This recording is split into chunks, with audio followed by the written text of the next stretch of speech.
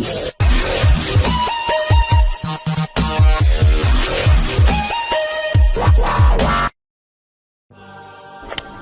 there.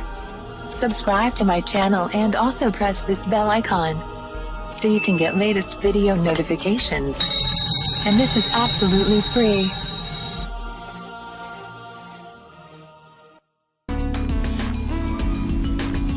आज मैं आपको बताऊंगी पलकों को लंबा, घना और मजबूत करने का तरीका।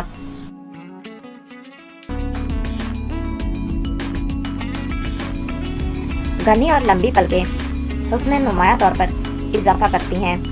यही वजह है कि मार्केट में हुस्न आराइश की चीज़ों में पलकों को घना और लंबा जाहिर करने वाली मसनूआत एक कसीर तादाद में देखने में आती हैं।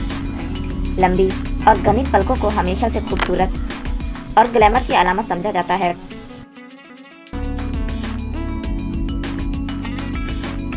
लेकिन अब खवातीन को अपनी पलकों को निस्बतन लंबा जाहिर करने के लिए श्रृंगार के मसनूई तरीकों मसलन मस्कारा या मसनूई पलकों का सहारा लेने पर मजबूर होना पड़ता है। एक तहकीक के मुताबिक इंसान के सर के बाल 3 साल के दौरान बढ़ते हैं,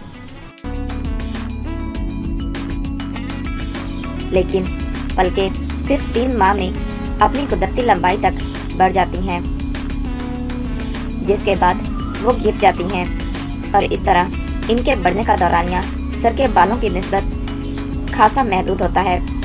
पलकों के बढ़ने के इस दौरानिये में इनकी लंबाई में ज़्यादा इजाफे और पलकों को घना और मजबूत बनाने के लिए ज़बरदस्त तरीका दर्ज झैल है।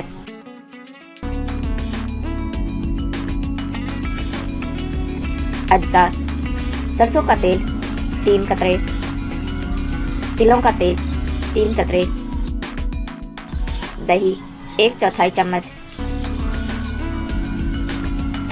बनाने और इस्तेमाल करने का तरीका: किसी प्याली में इन तीनों चीज़ों को अच्छी तरह मिक्स करें और रात को सोने से पहले इसे किसी ब्रश या उंगली की मदद से अपनी पलकों पर लगाएं और सारी रात लगा रहने दें।